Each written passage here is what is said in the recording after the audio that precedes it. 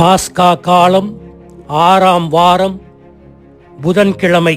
நற்செய்தி பகுதி யோவான் பிரிவு 16, அருள்வாக்குகள் 12 தொடக்கம் 15 வரை.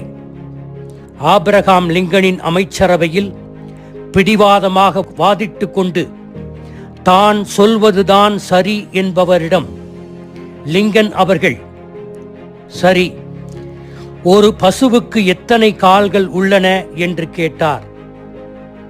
நிச்சயமாக 4 என்று வெறுப்புடன் அந்த பிடிவாதக்காரர் பதிலளித்தார். நீங்கள் சொல்வது சரியே என்று லிங்கன் ஏற்றுக்கொண்டார்.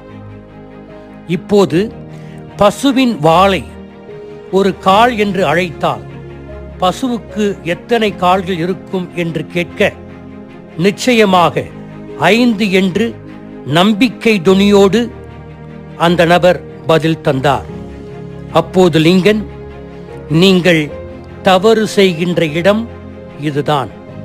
ஒரு பசுவின் வாலை காலாக அழைப்பதால் அது பசுவின் காலாக மாறாது என்றார். இன்றைய நற்செய்தியில் இயேசு திரு அவையில் தூய ஆவியாரின் சிறப்பு பங்களிப்பை பற்றி பேசுகிறார். தூய ஆவியார் நம்மை உண்மையின் பாதையில் நடத்துவார் என்று கூறுகிறார். தூய ஆவியாரின் இயக்கத்தால் தான் இந்த உலகமே இயங்கிக் கொண்டிருக்கிறது. தூய ஆவியார்தான் நமக்கு உயிர் மூச்சு. தூய ஆவியார் நம் எல்லா செயல்களிலும் ஈடுபடுகிறார். எல்லா உண்மை பாதையின் செயல்களுக்கும் ஆதிகாரணர் தூய ஆவியார்தான். ஒரு புதிய மருந்தை கண்டுபிடிக்க ஆற்றல் கொடுப்பவர் தூய ஆவியார்தான். ஒரு பாடலுக்கு மெட்டு அமைக்க ஞானத்தை வழங்குவது தூய ஆவியார்தான். அழகான இசையை அமைக்க தூய ஆவியார்தான் உதவுகிறார். ஒருவருக்கு கதை சொல்லும் திறனை வழங்குபவர் தூய ஆவியார்தான். ஒரு மாணவன் அல்லது மாணவி நல்ல மதிப்பெண் பெற ஊக்குவிப்பது தூய ஆவியார்தான். எந்த வேலையை தேர்ந்தெடுக்க வேண்டும் என்று உணர்த்துவது தூய ஆவியார்தான். எனவே தூய ஆவியாருடைய செயல்பாடு நாம் கற்பனை செய்து பார்க்க முடியாத அளவிற்கு பரந்துபட்டது. எனவே தூய ஆவியார் இல்லாத வாழ்வு செயலற்ற வாழ்வு.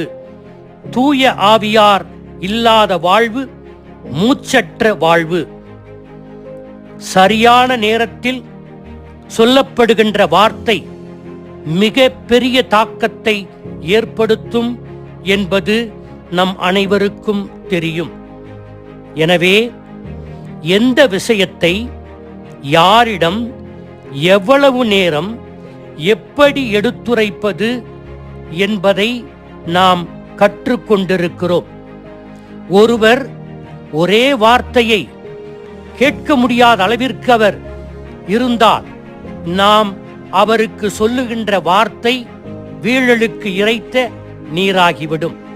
அதனால்தான் இயேசு இன்றைய நற்செய்தியில், நான் சில விஷயங்களை இப்பொழுது உங்களோடு பகிர்ந்து கொள்ள ஆசைப்படுகிறேன், ஆனால் அதற்குரிய மனப்பக்குவம் உங்களிடத்தில் இல்லை. ஏனென்றால் இயேசு இங்கே இந்த நற்செய்தியில் இன்று சொல்லுவது பிரிவு உபச்சார மறையுறை. எனவே இயேசு சொல்லுகிறார், தான் உயிர்த்த பிற்பாடு தூய ஆவியார் உங்களுக்கு எல்லாவற்றையும் திடமான செய்திகளை உங்களுக்கு தருவார். தூய ஆவியார் புதிய விஷயங்களை கற்றுத்தருகின்ற பேராசிரியர் அல்ல. மாறாக இயேசுவிடம் கற்றதை நமக்கு பயிற்றுவிக்கும் ஆசிரியர்.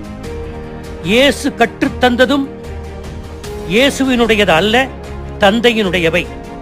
தந்தையிடம் கற்றதையே இயேசு வெளிப்படுத்தினார். தந்தை கடவுள் தன் மகன் வழியாக வெளிப்படுத்தியதை நினைவூட்டுகின்ற, சரியான புரிதலை தருகின்ற ஒரு நல் ஆலோசகராக இருப்பவர்தான் தூய ஆவியார். எனவே தூய ஆவியாரை நம் இதயத்தில் வரவேற்போம். நம் காதுகளை திறந்து வைப்போம். ஆமீன்.